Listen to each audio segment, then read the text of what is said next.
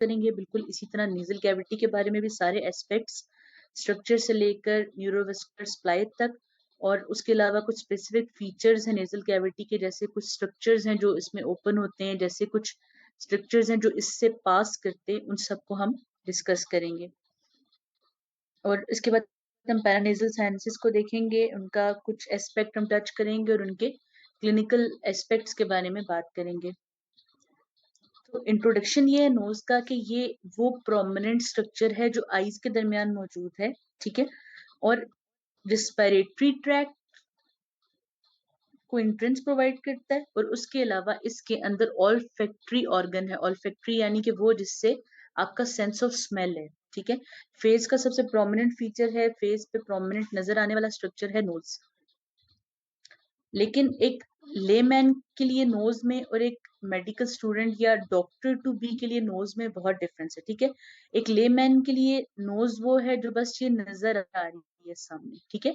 लेकिन एक doctor to be, एक मेडिकल स्टूडेंट के लिए नोज वो है जिसके दो पार्ट्स हैं, एक एक्सटर्नल नोज है, एक नेजल कैविटी है। यानी कि जो बाहर नजर आ रही है वो जस्ट एक्सटर्नल नोज है, और उसके पीछे कुछ एक्सटेंसिव सा स्ट्रक्चर है जो कि नेजल कैविटी है।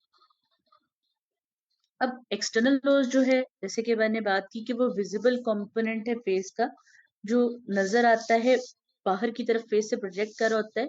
और असल जो स्ट्रक्चर है सारा, जो नोज का फंक्शन है नेजल कैविटी के अंदर, ये इंट्रेंस प्रोवाइड कर रहा होता है।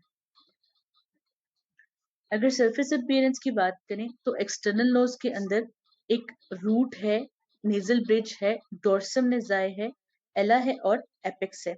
अब रूट वो हिस्सा है नोज का जो फोरहेड की तरफ जा रहा है, ठीक है। फोरहेड के अंदर तक जो जा रहा है वो हिस्सा नोज की रूट कहलाती है, ठीक है। और जो हिस्सा इसकी टिप एंड हो रही है, राउंडेड टिप, वो नोज का एपेक्स कहलाता है। इसके दरमियान जो भी रेज्ड पोर्शन है ना सारा, वो नोज का डॉर्सम कहलाता है, ठीक है। और जो थोड़ा सा कंप्रेस्ड या थोड़ा डाउनवर्ड प्रेस हुआ हुआ पोर्शन है फोरहेड और नोज के जंक्शन पे, वो नोज का ब्रिज कहलाता है, ठीक है, नेजल ब्रिज कहलाता है। और साइड पर जो प्रोमिनेंसेस हैं जो कि कार्टिलेज की वजह से है डायलेटेड, इनको हम एल्ला कहते हैं, ठीक है। एल्ला नेजाए या सिंपली एल्ला कहते हैं, क्योंकि ये लेटरल कार्टिलेजिनस विंग्स हैं उनकी वजह से ऐसे है, ठीक है। स्केलेटल स्ट्रक्चर की बात करें अगर हम एक्सटर्नल नोज की, अभी जितना हमारा फोकस है वो जस्ट प्रोमिनेंट नजर आने वाली, बाहर नजर आने वाली नोज पर है। इसके बाद हम कैविटी को देखेंगे नेक्स्ट स्टेप में, ठीक है। तो प्रोमिनेंट नजर आने वाली एक्सटर्नल नोज का जो स्ट्रक्चर है वो ऐसे है कि इसके अंदर एक बोनी कंपोनेंट है, एक इसके अंदर कार्टिलेजिनस कंपोनेंट है, ठीक है। आप देख सकते हैं इस पिक्चर में कि यहाँ पर दिखाया में नेजल बोन है, यहाँ पर मैक्सिला है, यहाँ पर कुछ कार्टिलेजेस हैं, एक जैसे मिड लाइन में है जिसको सेप्टल कार्टिलेज कहा, साइड पर लेटरल कार्टिलेजेस हैं, एक बड़ी कार्टिलेज है जिसको मेजर एलर कार्टिलेज कहा, कुछ छोटी कार्टिलेजेस हैं जिनको माइनर एलर कार्टिलेज कहा है, और कुछ फैटी टिश्यू है जो बिल्कुल नीचे टिप पर मौजूद होता है, ठीक है, फाइब्रोफैटी टिश्यू है। बोनी कंपोनेंट की डिटेल से बात करें तो जैसे हमने जिक्र किया कि नेजल बोन है, नेजल बोन कौन सी है, जो बिल्कुल नोज की मिड लाइन में है, और यही नेजल ब्रिज बना रही है, ठीक है, नेजल ब्रिज, नेजल बोन बना रही होती है। उसके अलावा बाकी जो है वो फ्रंटल प्रोसेस ऑफ मैक्सिला है। अब ऑस्टियोलॉजी हमने डिटेल से डिस्कस नहीं की, लेकिन आपको एक चीज पता होनी चाहिए कि बोन के हम ऐसे नाम रखते हैं कि जिस बोन की डायरेक्शन में एक प्रोसेस जा रहा है वो वाला प्रोसेस, और जिस वो वाला प्रोसेस यानी पहले लिखा जाता है फर्स्ट पे, और जिस बोन से आ रहा है वो नाम सेकंड पे लिखा जाता है। यानी ये जो भी आपके सामने प्रोसेस है, अब ये जा रहा फ्रंटल बोन की तरफ है, ठीक है, फ्रंटल बोन की तरफ जा रहा है, लेकिन जा रहा तो मैक्सिला से है, तो इस प्रोसेस का नाम है फ्रंटल प्रोसेस ऑफ मैक्सिला, ठीक है। तो ये भी नोज का ऐसा आप देखिए कि सेंट्रल में नेजल बोन थी, उसके साथ ये फ्रंटल प्रोसेस ऑफ मैक्सिला जो है ये भी नोज का हिस्सा बना रहे हैं। इसके अलावा एक बहुत छोटा सा बोनी कंपोनेंट होता है जो कि फ्रंटल प्रोसेस ऑफ मैक्सिला है, मतलब मैक्सिला की तरफ जाने वाला फ्रंटल प्रोसेस है, ठीक है। छोटा सा प्रोसेस है, फ्रंटल बोन का पार्ट है, मैक्सिला की तरफ जा रहा होता है, ठीक। ये नेजल बोन से कवर हो जाता है, इसलिए ये प्रोमिनेंट नजर नहीं आ रहा होता। कार्टिलेजिनस कंपोनेंट की बात करते हैं तो कार्टिलेज में जो मेन कार्टिलेज है वो एक सेंट्रल कार्टिलेज है जिसका नाम है नेजल सेप्टल कार्टिलेज, और ये नोज को दो इक्वल हाफ्स में डिवाइड कर रहा होता है, ठीक है। उसके अलावा जो साइड पर कार्टिलेज मौजूद है उसको हम अपर लेटरल कार्टिलेजेस कहते हैं, ठीक है। और नीचे जो कार्टिलेजेस हैं उनको हम लोअर लेटरल कार्टिलेजेस कहते हैं, और इन्हीं को हम मेजर एलर कार्टिलेजेस भी कहते हैं। इसके अलावा छोटी कार्टिलेजेस हैं कुछ जिनको हम माइनर एलर कार्टिलेजेस कहते हैं, ठीक है। अब अगर लोअर व्यू से देखें तो आपको नजर आएगा कि ये जो लोअर कार्टिलेजेस हैं, लोअर एलर कार्टिलेजेस, इनके दो क्रस्ट हैं। क्रस्ट वर्ड जो है ये क्रूरा या crust Latin word for leg होता है, ठीक है। किसी भी चीज इसकी दो लेग्स हैं, ठीक है। ये लेटरल वाली है, मीडियल वाली है। और सेंट्रल जो इसका पोर्शन है इसको कॉलुमेला कहते हैं। ये वो चीज है जिसको अगर आप टच करें, यहाँ से पिंच करके पकड़े नोज को, तो आपको ये कार्टिलेजिनस पोर्शन फील होगा और ये मोबाइल होता है, ठीक है। उसके साथ आप नीचे देख सकते हैं कि नेजल सेप्टल कार्टिलेज है, ठीक। इस पिक्चर में देख सकते हैं, दोबारा अप्रिशिएट करने के लिए, सेंट्रल जो जो पार्टीशन है वो सेप्टल कार्टिलेज है, साइड पर लेटरल नेजल कार्टिलेजेस है, एलर कार्टिलेज है, और फाइब्रोफैटी टिश्यू और कुछ माइनर कार्टिलेजेस है।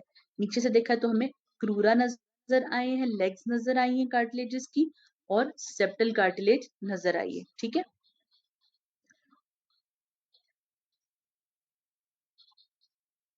नोज की स्किन की जो बात करते हैं तो नोज का जो ऊपर वाला पोर्शन है, बोनी पार्ट की जो स्किन है वो थिन है, यानी जो अपर पोर्शन में यहाँ पर जो बोनी पार्ट में स्किन है वो थिन है, लेकिन जो ये कार्टिलेजिनस पार्ट पे जो स्किन है ये थिक है, ठीक है। ये वाली जो स्किन है ये थिक है, और इसके अंदर बहुत सारे सिबेशियस ग्लैंड है। सिबेशियस ग्लैंड यानी ऑयल प्रोड्यूस करते हैं। यही वजह है कि जब ये ब्लॉक हो जाते हैं तो यहाँ पर ब्लैकहेड्स आते हैं, ठीक है। नेजल सेप्टम जिससे बनता है वो मैं आपको डिटेल से बताऊंगी, हर चीज आगे स्टेप बाय स्टेप आएगी, ठीक है। जस्ट आप फोकस करें, अगर कोई चीज में आगे निकल जाऊं और मिस हो जाए फिर आप पूछिएगा। आप फोकस करें, मैं आपको हर चीज बताऊंगी इसमें। तो हम बात करते हैं नोज की स्किन की। जो पोर्शन स्किन का कार्टिलेज कवर कर रहा है वो थिक स्किन है, ठीक है। और उसके अंदर सिबेशियस ग्लैंड, ऑयल प्रोड्यूस करने वाले ग्लैंड्स बहुत ज्यादा हैं, जिसकी वजह से यहाँ पर ब्लैकेट्स भी बन जाते हैं सारे, ठीक है। और ये स्किन जो है रिलेटिवली नॉन मोबाइल है, यानी आप इसके नीचे की कार्टिलेज को तो मूव कर सकते हैं लेकिन इसके ऊपर की स्किन नहीं मूव करती। आप अपने हाथ से अपनी नोज को मूव करके देख सकते हैं। इस पिक्चर में एक मर्तबा आप दोबारा अप्रिशिएट कर सकते हैं, ये सारी बाउंड्रीज आप एक दफा देख लीजिए, ठीक है। वर्ड मैंने बोला ब्लैक हेड्स बनते हैं जो नोज पे, ठीक है, वो। अच्छा, इस पिक्चर में देखिए एक दफा आप सारी बाउंड्रीज को अप्रिशिएट कर लें, उसके बाद फिर हम इनको डिस्कस करेंगे, ठीक है। साइड वॉल्स जिनको हम लेटरल वॉल्स के तौर पर पढ़ेंगे, डॉर्सम जो सेप्टम के तौर पर आएगा, ठीक है। बाकी साइड्स हैं जिनको एला हमने कहा है, और आप देख सकते हैं यहाँ बोनी एरिया पर थिन स्किन है, कार्टिलेज वाली जगह पर थिक स्किन है, और कोलोमेला वाली जगह पर जो सेंट्रल पार्टीशन है, यहाँ पे कार्टिलेज है कोलोमेला, वहां पर फिर थिन स्किन है, ठीक है। मसल्स की बात करते हैं एक्सटर्नल नोज के, तो कुछ प्राइमरी मसल्स हैं, जैसे कि एक मसल है नेजेलिस, कल हमने मसल्स ऑफ फेशियल एक्सप्रेशन में इनको पढ़ा था, जो नॉस्ट्रल्स को कंप्रेस करेगा, ठीक है। नॉस्ट्रल्स को डायलेट करने वाला मसल है, ऐसा मसल है जो कि अपर लिप को एलिवेट करता है। और उसके अलावा ये सब मसल्स जो है ये किन से इनर्वेट होते हैं, क्रेनियल नर्व नंबर 7 यानी कि फेशियल नर्व से। उसके अलावा यहाँ पर एक मसल और है, ये तो प्राइमरी मसल्स है ना सारे जो नोज से रिलेटेड है। उसके अलावा प्रोसिरस मसल है, ठीक है। प्रोसिरस मसल कौन सा है, ये जो नेजल ब्रिज पर मौजूद है और यहाँ पर रिंकलिंग कर रहा होता है, ये नोज के फेशिया के अंदर एम्बेडेड है, ठीक है, और फोरहेड तक जा रहा है।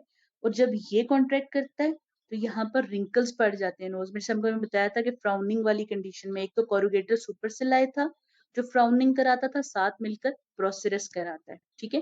पीछे वाला पॉइंट ये हमने डिस्कस किया था कि जो नोज का सेंटर वाली कार्टिलेज है ना, इसको कोलोमेला कहते हैं, ये वाली, ये थोड़ी सी मूवेबल होती है।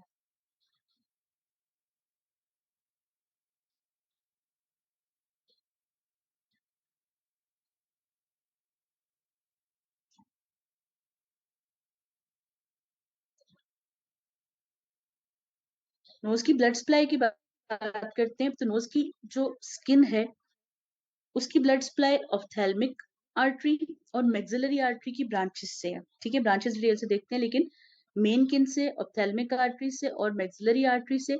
और जो एला है, एला यानी कि डायलेटेड पोर्शन जो है नोज का, जो ऐसे ड्राइंग में आप ड्रॉ करते हैं, वो फेशियल आर्टरी से आ रहा है। यानी कि यहाँ दो टाइप ऑफ आर्टरीज का एनास्टोमोसिस एग्जिस्ट करेगा। ठीक है, स्किन की सप्लाई जो है नोज की, वो ऑप्थेल्मिक और मैक्सिलरी आर्टरी से है। एला की सप्लाई जो है वो फेशियल आर्टरी से है। ठीक है, अब आप इस पिक्चर में देखिए जिन आर्टरीज का हमने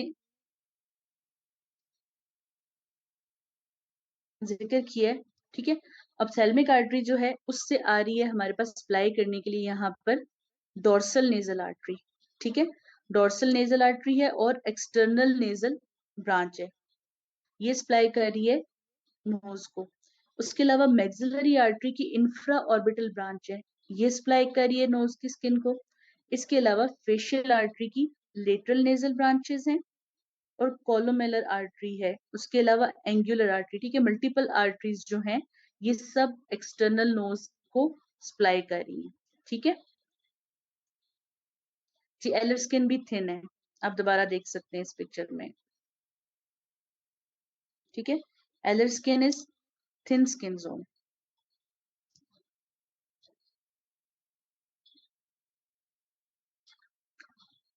उसके अलावा एक जो इम्पोर्टेंट चीज है वो एक्सटर्नल नोज की सेंसरी इनर्वेशन है। अगर आपने फेस की सेंसरी इनर्वेशन अच्छे से पढ़ी हो तो आप बता सकते हैं कि जो नर्व की लोकेशन है उस हिसाब से कि जो ब्रिज है ओवर क्रेस्ट है, ठीक है, एलिवेटेड पोर्शन है, वहां पर इंफ्राट्रॉक्लियर नर्व, ठीक है, इंफ्राट्रॉक्लियर नर्व सप्लाई करती है और एक्सटर्नल नेजल ब्रांच सप्लाई करती है। ये दोनों जो है ये एंटीरियर इथमोइडल नर्व की, ठीक है, खासतौर पर एक्सटर्नल नेजल नर्व जो है ये एंटीरियर इथमोइडल नर्व की ब्रांच है और एंटीरियर इथमोइडल नर्व जो है वो एप्थाल्मिक नर्व की ब्रांच है। ठीक है, और ऑप्थाल्मिक नर्व खुद ट्राइजेमिनल की, यानी कि ब्रांचेस फर्दर ब्रांचिंग होती गई है ना। ट्राइजेमिनल नर्व मेन थी, फिर उसकी ऑप्थाल्मिक डिवीजन थी, फिर उसके अंदर भी आई वाले रीजन में स्पेसिफिकली एथमोइडल डिवीजन है। अब क्योंकि आई का लोअर पोर्शन का रीजन है नोज के साथ, तो उसी की नर्व एक्सटेंड करती है और नर्व का नाम है इंफ्राट्रोक्लियर और एक्सटर्नल नेजल ब्रांचेस। ठीक है, फिर साइड ऑफ द नोज पे इंफ्रा ऑर्बिटल नर्व आ रही है जो कि मैक्सिलरी नर्व की ब्रांच है। अगर आपको सीक्वेंस याद हो तो हमने बताया था कि फेस जो है वो थर्ड्स में सप्लाई होता है। ठीक है, ऊपर वाला ऑप्थेल्मिक है, फिर मैक्सिलरी है, फिर मैंडिबुलर है। तो ये जो इंफ्रा ऑर्बिटल है नर्व, ये मैक्सिलरी रीजन के अंडर आ रही है। ठीक है, तो ये सप्लाई कर रही है ऐसे एक्सटर्नल नोज को। इस पिक्चर में एक दफा दोबारा देख सकते हैं। ठीक है, इंफ्राट्रॉक्लियर नर्व, इंफ्राट्रॉक्लियर नर्व है, इंफ्रा ऑर्बिटल नर्व है और external nasal branch of anterior ethmoidal nerve है। ये जो दो हैं ये किसकी ब्रांच है, ये ऑप्थेल्मिक नर्व की ब्रांच है। ठीक है, जबकि इंफ्रा ऑर्बिटल जो है ये मैक्सिलरी नर्व की ब्रांच है। अगर आप सिंपली ये याद रख लेना कि डिवीजन्स कैसे थी फेस पे, तो आपको ये याद रहेगा कि ये किस नर्व की ब्रांचेस थी, क्योंकि उसकी डिस्ट्रीब्यूशन में लाई कर रही है ये। बाकी दो नर्व्स जो है वो ऑप्थेल्मिक रीजन में ही आती हैं, लेकिन क्योंकि वो नोज को सप्लाई नहीं करती तो इसलिए फिलहाल इनको हम नहीं देख रहे। लिम्फेटिक ड्रेनेज की बात करते हैं। लिम्फेटिक ड्रेनेज, अब देखिए नोज का जो एरिया है सारा वो किसके अंडर आ रहा है, बी में लिखा हुआ है सब मैंडिबुलर नोड्स, यानी यहाँ जो मैंडिबल के साइड में नोड्स हैं उसमें नोज की ड्रेनेज होगी। ठीक है, एक्सटर्नल नोज की। अब बात करते हैं नेजल कैविटी की। नेजल कैविटी जो है एक इम्पॉर्टेंट पोर्शन है क्योंकि इसके अंदर कुछ ऐसे स्ट्रक्चर्स लाई करेंगे जिनकी इन्फेक्शन के हिसाब से यानी एनाटॉमिकल और क्लिनिकल इंपॉर्टेंस है। ठीक है, तो नेजल कैविटी की बात करते हैं, ये क्या है, ये रिस्पिरेटरी ट्रैक्ट का सुपीरियर पोर्शन है और ये कहाँ से कहाँ तक एक्सटेंड करता है, ये रीजन जहाँ पे एंट्रेंस है इसको हम वेस्टिब्यूल कहते हैं। ठीक है, वेस्टिब्यूल से लेकर नेजोफेरिंक्स तक एक्सटेंड करता है। ये पूरा रीजन जो है ये नेजल कैविटी कहलाता है। ठीक है, इसकी तीन डिवीजन हैं, एक को वेस्टिब्यूल कहते हैं, एक को रिस्पिरेटरी रीजन और एक को ऑल्फैक्टरी। अब वेस्टिब्यूल वो है जो बिल्कुल इंट्रेंस वाली जगह है। ठीक है, बिल्कुल जो इंट्रेंस है ये रीजन वेस्टिब्यूल कहलाता है और यहाँ पर हेरी होता है। और एक चीज ये है कि जो बाहर की स्किन है ठीक है, वो भी अंदर की तरफ थोड़ी सी टर्न हुई होती है। अगर आप नोज गौर से देखें तो बाहर की जो स्किन है एक्सटर्नल नोज की, वही अंदर टर्न होकर जा रही है, तभी अंदर नोज का जो इंटीरियर नजर आता है आपको नॉस्ट्रल्स में से, वो हेरी है। ठीक है, दूसरा जो रीजन है वो रिस्पिरेटरी रीजन है। ये जो सारा रीजन रिस्पिरेटरी जिसको हमने कहा है, ये रीजन एयर को रिसीव करता है, कंडक्ट करवाता है और ह्यूमिडिफाई करता है, उसका टेम्परेचर सेट करता है। यानी एयर के जो भी मामलात हमें रिस्पिरेशन के लिए चाहिए, यानी एयर का ह्यूमिड होना, एयर का टेम्परेचर अच्छा होना, बॉडी टेम्परेचर के मुवाफिक होना, ये सब रिस्पिरेटरी रीजन कंट्रोल करता है। उसके बाद जो सुपीरियर एस्पेक्ट पे छोटा सा रीजन है, ये ऑल्फैक्टरी रीजन है। यानी ये जो हम जो चीज इनहेल करते हैं उसको, उसमें से सेंस ऑफ स्मेल, यानी उसको स्मेल करवाता है, उसकी फीलिंग बताता है कि क्या वो प्लेजेंट है, अनप्लेजेंट है, या कैसी स्मेल है। ठीक है,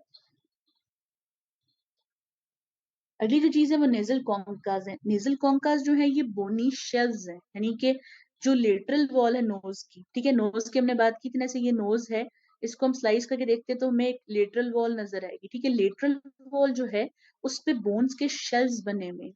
इन शेल्स को हम कॉन्काज कहते हैं, या दूसरा लफ्ज जो इसके लिए यूज करते हैं वो टर्बिनेट्स है। ठीक है,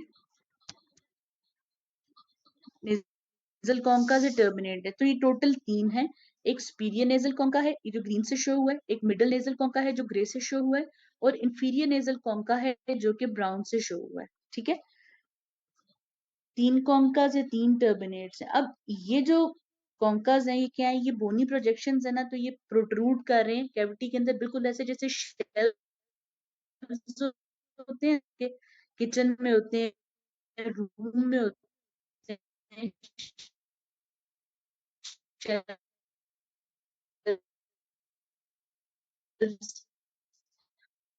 तो बिल्कुल इसी तरह ये इथमॉइड बोन का हिस्सा है। ठीक है, ठीक, लेकिन जो इंफीरियर नेजल कॉन्का है ये एक सेपरेट बोन है, ये खुद ही बोन है जिसका शेल्फ है। ठीक है, ऊपर जो कॉन्काज हैं वो इथमॉइड बोन के साथ आते हैं, लेकिन ये जो कॉन्का है इंफीरियर वाला, ये खुद ही सेपरेट एक बोन है। ठीक, अब इन कॉन्कास के नीचे जो है, अब जाहिर है, लेकिन अगर आपके पास एक बॉक्स हो, आप उसकी तीन डिवीजन्स करें तो वो चार पार्ट्स में डिवाइड होती है। बिल्कुल इसी तरह इन तीन कॉन्कास की वजह से चार डिवीजन्स बनती हैं। उन डिवीजन्स को हम जो है क्या कहते हैं, उनको हम मिएटिसिस कहते हैं। ठीक है, उन डिवीजन्स को हम मिएटिसिस कहते हैं।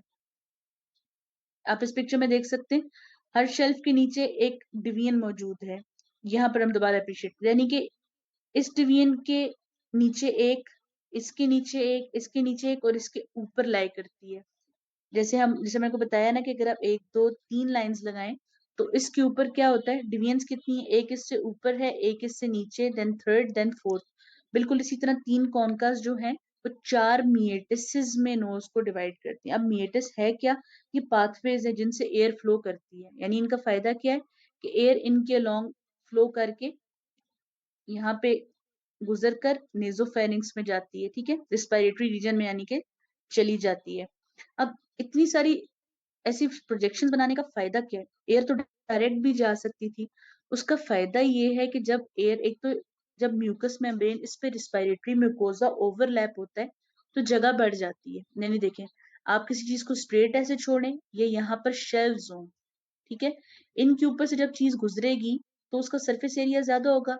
बिल्कुल इसी तरह जब रिस्पिरेटरी मेम्ब्रेन इन पे रैप हुई होती है, एलिवेटेड और डिप्रेशन में जाती है तो क्वांटिटी ज्यादा हो जाती है। इस तरह ज्यादा एयर म्यूकोजा से कांटेक्ट में आती है, ज्यादा एयर मॉइस्ट होती है, ज्यादा गैसेस एक्सचेंज होती है। ठीक है, उसके अलावा एयर का फ्लो थोड़ा सा रेगुलेट हो जाता है, टर्बुलेंट नहीं रहता। ठीक है, मतलब यानी कि एक अच्छा सा रेगुलर सा फ्लो होकर एयर रिस्पिरेटरी ट्रैक में जाती है, वरना अगर तेज हवा हो तो वो तो नॉस्ट्रल को सारा डैमेज कर दे और अंदर रिस्पिरेटरी सिस्टम को भी। और एयर ज्यादा देर रिस्पिरेटरी कैविटी के अंदर रहती है, रिस्पिरेटरी रीजन में रहती है, जिसकी वजह से वो मॉइस्ट होती है, उसका टेम्परेचर सेट होने का टाइम मिल जाता है। ठीक है, एक जो रीजन थोड़ा सा कम नजर आ रहा था वो इसका अपर वाला मीएटिस है। ठीक है, तो टोटल चार मीएटिस हैं या चार पार्टीशन जिनकी हमने बात की थी। तो एक का नाम है सुपीरियर मीएटिस, ठीक है, सुपीरियर मीएटिस, मिडिल मीएटिस, इंफीरियर मीएटस, और ये जो ऊपर अकेले है ना, इसको हम स्पिनो इथमोइडल रिसेस कहते हैं। ठीक है, स्पिनो इथमोइडल रिसेस कहते हैं। चारों ये मीएटसेस ही हैं, लेकिन ये जरा डिफरेंट है क्योंकि ये सुपीरियर और पोस्टीरियरली लाई कर रहा है। बाकी जो मीएटसेस है कॉन्कास के नीचे है ना, ठीक है, लेकिन ये इसके ऊपर लाई कर रहा है, तो ये सुपीरियर इथमोइडल रिसेस कहलाता है। ठीक,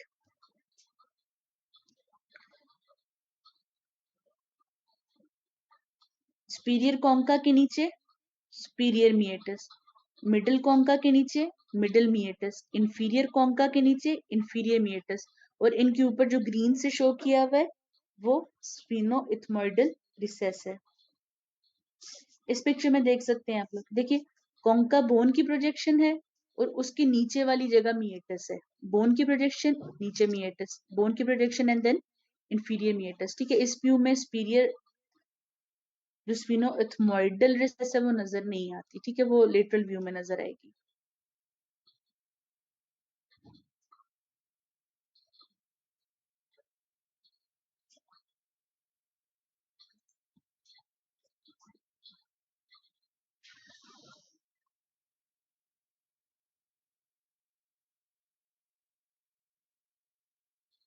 अगली जो चीज हमने डिस्कस करनी है वो नेजल सेप्टम है। इसके बारे में हमने ये बात पढ़ी थी कि नेजल सेप्टम जो है वो नोज को दो पार्ट्स में डिवाइड कर रहा था, यानी कि जो हमने लेटरल वॉल देखी है, एक लेटरल वॉल इसके एक तरफ है और एक लेटरल वॉल इसके दूसरी तरफ है। ठीक है, अभी सेप्टम बना कौन रहा है, इसमें कुछ कार्टिलेज है, कुछ बोन है। ठीक है, जो कार्टिलेज है वो आगे लाई करती है एंटीरियरली और इंफीरियरली, और उसका नाम है सेप्टल कार्टिलेज। जो बोन उसके पीछे लाई करती है वो वूमर बोन है। अगर कल फेशियल बोन्स आपको याद हो तो हमने एक सिंगल यानी अनपेयर्ड बोन पढ़ी थी, उसका नाम वूमर था। वो यहाँ पर मौजूद सेप्टल जो नेजल सेप्टम है उसका हिस्सा बना रही है, और ऊपर जो लाई करती है इसको perpendicular plate of ethmoid bone कहते हैं। ठीक है, तो ये तीन स्ट्रक्चर्स यानी एक कार्टिलेज और दो बोन्स मिलकर नेजल सेप्टम बना रही है, यानी कि नोज को, जो हमें सामने नजर आने वाली नोज को दो पार्ट्स में डिवाइड करें। अब नेजल केविटी के अंदर कुछ ओपनिंग्स हैं। ये जो ओपनिंग्स हैं ये बहुत इंपॉर्टेंट है, आपसे एग्जाम में पूछी जाती हैं। ठीक है, एमसीक्यूज में उनकी लोकेशन के हिसाब से।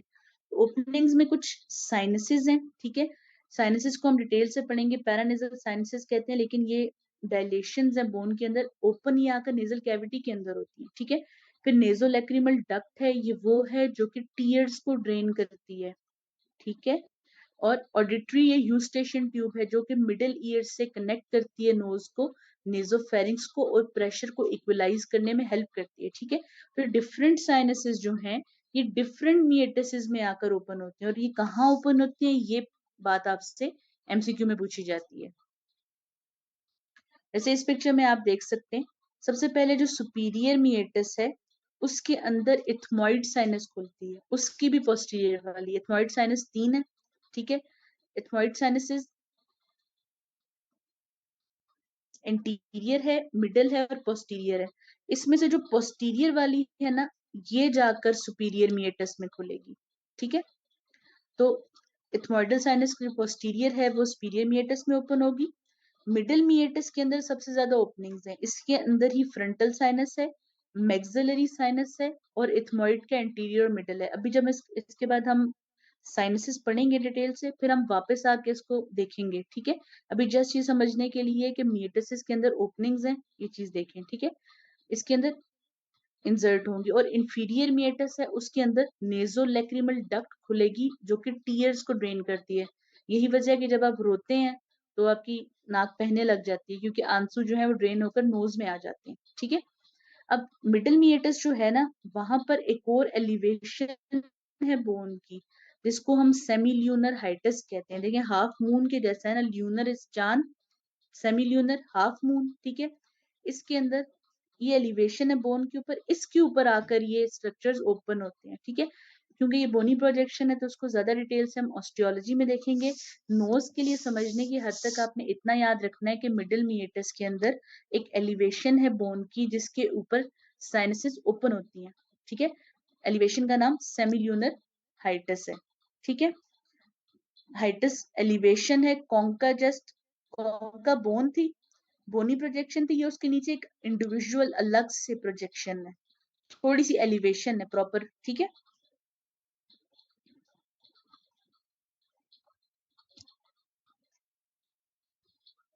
इस पिक्चर में देख सकते हैं सेमिल्यूनर हाइटस में दिखाया हुआ है कि उसमें फ्रंटल, मैक्सिलरी और इंटीरियर इथमॉइडल साइनसेस की ओपनिंग है, ठीक है। फिर एक और एलिवेशन है जिसको इथमॉइडल बुला कहते हैं, यहाँ पे अलग से मिडल इथमॉइड साइनस ओपन होती है, ठीक है। यानी कि जो मिडल मीएटस है, मिडल मीएटस जो है इसमें अलग से एलिवेशंस हैं, दो एलिवेशंस हैं। बड़ी वाली का नाम सेमिल्यूनर हाइटस है, उसमें ये तीन स्ट्रक्चर्स आकर ओपन होंगे, और एक छोटी सी एलिवेशन है जिसका नाम एथमॉइडल बुला है, इसके अंदर just middle ethmoidal sinus open होगी, ठीक है। उसके बाद आप देख सकते हैं यहाँ पर यूस्टेशियन ट्यूब की ओपनिंग है, और ये आपके पास इंफीरियर मीएटस में नेजोलैक्रिमल डक्ट की ओपनिंग है, ठीक है। इस डायग्राम में नेजल कॉन्का में हाईलाइट कर देती हूँ पर्पल कलर से, ठीक है। ये नेजल कॉन्का है, ये तीनों कॉन्काज हैं, इनके नीचे मिएटसेस हैं, ठीक है। इससे पहले हमने ओपनिंग्स पढ़ी थी, इस पिक्चर में बच्चे ये नजर जो आ रहे हैं बोनी शेल्व्स है ना,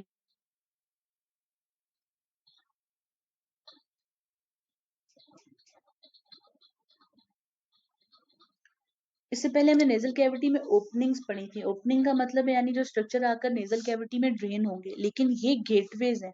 गेटवे का मतलब ये रास्ता प्रोवाइड करते हैं, यानी कि नेजल कैविटी में से स्ट्रक्चर टू एंड फ्रो गुजर जाएगा, ठीक है।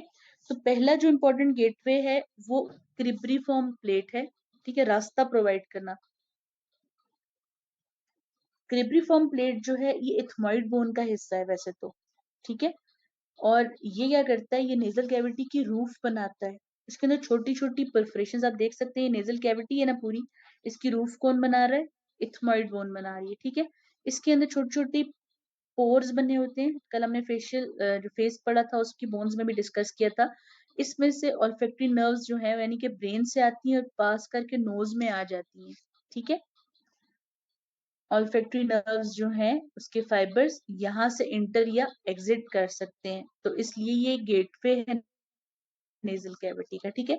यहाँ देखिए बेस ऑफ स्कल है, यानी ब्रेन उठाएं तो ये नीचे स्ट्रक्चर आता है, इस पर्पल में से पास करके ऑल्फैक्टरी नर्व्स नीचे लाई करने वाली नोज के अंदर चले जाती है। उसके अलावा दूसरी जो चीज है उसको हम स्फीनोपेलेटाइन फोरामेन कहते हैं, स्फीनोपेलेटाइन।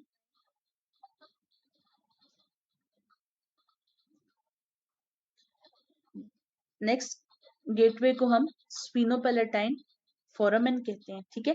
ये एक छोटा सा होल है जो कि नेजल कैविटी और एक लेटरल साइड पे फोसा है जिसको टेरिकोपेलेटाइन फोसा कहते हैं, ठीक है, उनके दरमियान कनेक्शन प्रोवाइड करता है। अब इस फोसा को हम डिटेल से आगे पढ़ेंगे, उसके बाद इसको रिकॉल करेंगे, लेकिन जस्ट क्योंकि ये गेटवे है तो उसका यहाँ जिक्र करना जरूरी था, ठीक है। तो आपने याद रखना है कि स्फीनोपेलेटाइन फोसा जो है, ये फोरामेन जो है ये नोज और टेरिकोपेलेटाइन जो है एक फोसा है उसके दरमियान कम्युनिकेशन प्रोवाइड करता है, और स्फीनोपेलेटाइन आर्टरी, नेजोपेलेटाइन आर्टरी और नर्व्स को पास करवाता है, ठीक है। इसमें से स्फीनोपेलेटाइन आर्टरी और नेजोपेलेटाइन और सुपीरियर नेजल नर्व्स पास करती हैं, ठीक है। नर्व का एक बंडल पास कर रहा है ना, आपने इसको याद रखना है। इससे ज्यादा डिटेल में जो है वो हम बाद में डिस्कस करेंगे, ठीक है। अभी जस्ट आपने ये, मैं एक दफा इसको थोड़ा सा समझा देती हूँ, ठीक है, लेकिन इसकी ज्यादा डिटेल में नहीं जाना, ये जस्ट एक नाम की हद तक अभी याद रख लें, हम फोसास को प्रॉपर ऑस्टियोलॉजी में पढ़ेंगे। ये जो है ना ये नोज का इंटीरियर है, देखिए नेजल कैविटी है, और जहाँ नोज खत्म होती है ना, ये देखे ना ये नोज है सारी, ठीक है। नोज के साथ ये स्कल पोर्शन है, ठीक है, स्कल के साथ ओपनिंग है उसमें जा रही है ये, ठीक। लेकिन बस ये नाम की हद तक अभी आप याद रख लें, इसको हम जब टेरिकोपेलेटाइन फोसा डिटेल से पढ़ेंगे इसको रिकॉल करेंगे। अभी आप जस्ट गेटवेज के नाम की हद तक स्फीनोपेलेटाइन फोरामेन को याद रख लें, ठीक है। जहां ज्यादा रेलिवेंट होगा वहां समझाऊंगी, अभी इसके लिए बहुत सारा कॉन्सेप्ट आपको और चाहिए।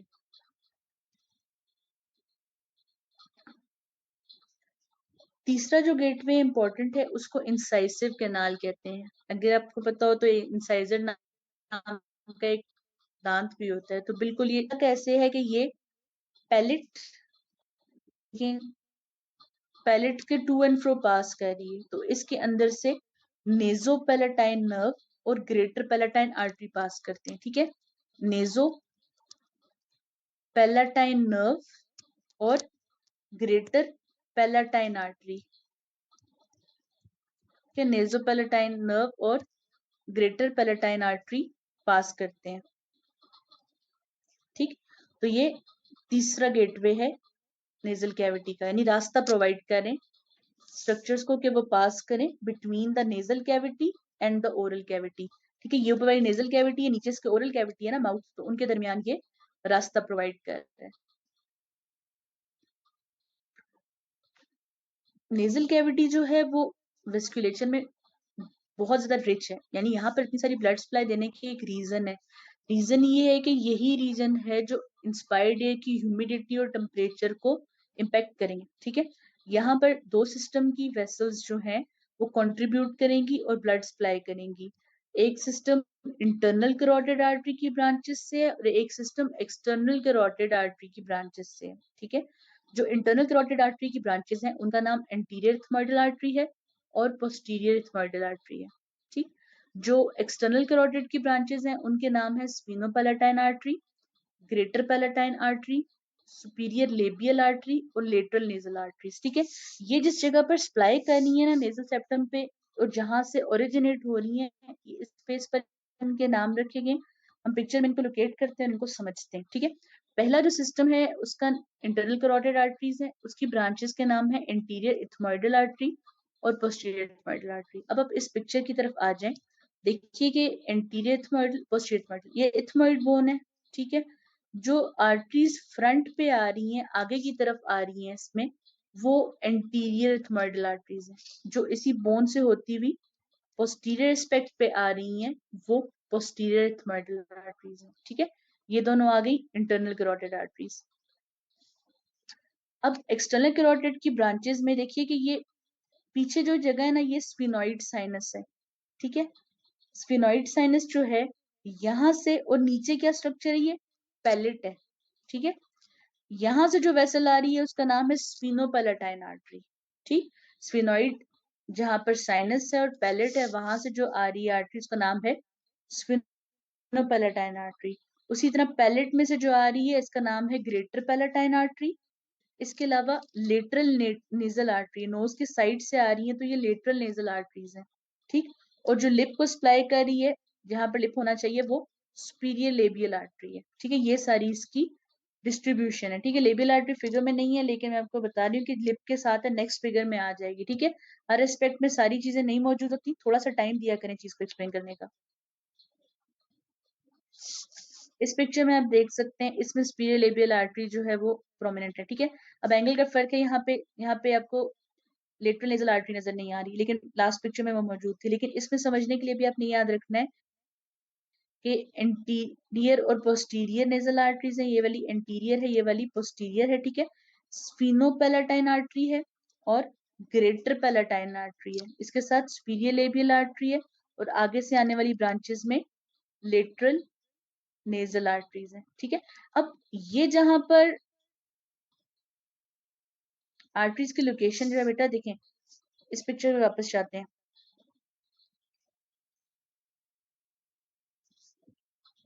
जो नाम है ना आर्टरीज के, उनसे उनकी लोकेशन है सिंपली। ठीक है, ये इथमोइड बोन है ना, इसमें जो आगे से आ रही है एंटीरियर इथमोइड है, बैक से आ रही है पोस्टीरियर इथमोइड है। ठीक है, बिल्कुल इसी तरह ये वाली जो है ना स्फेनॉइड साइनस है, इसको हम आगे ज्यादा डिटेल से डिस्कस करेंगे। फिर एक मर्तबा पीछे आएंगे वापस पिक्चर पे। ठीक है, यहां से आने वाली स्फीनोपैलेटाइन है, पैलेट वाली ग्रेटर पैलेटाइन है और साइड से आने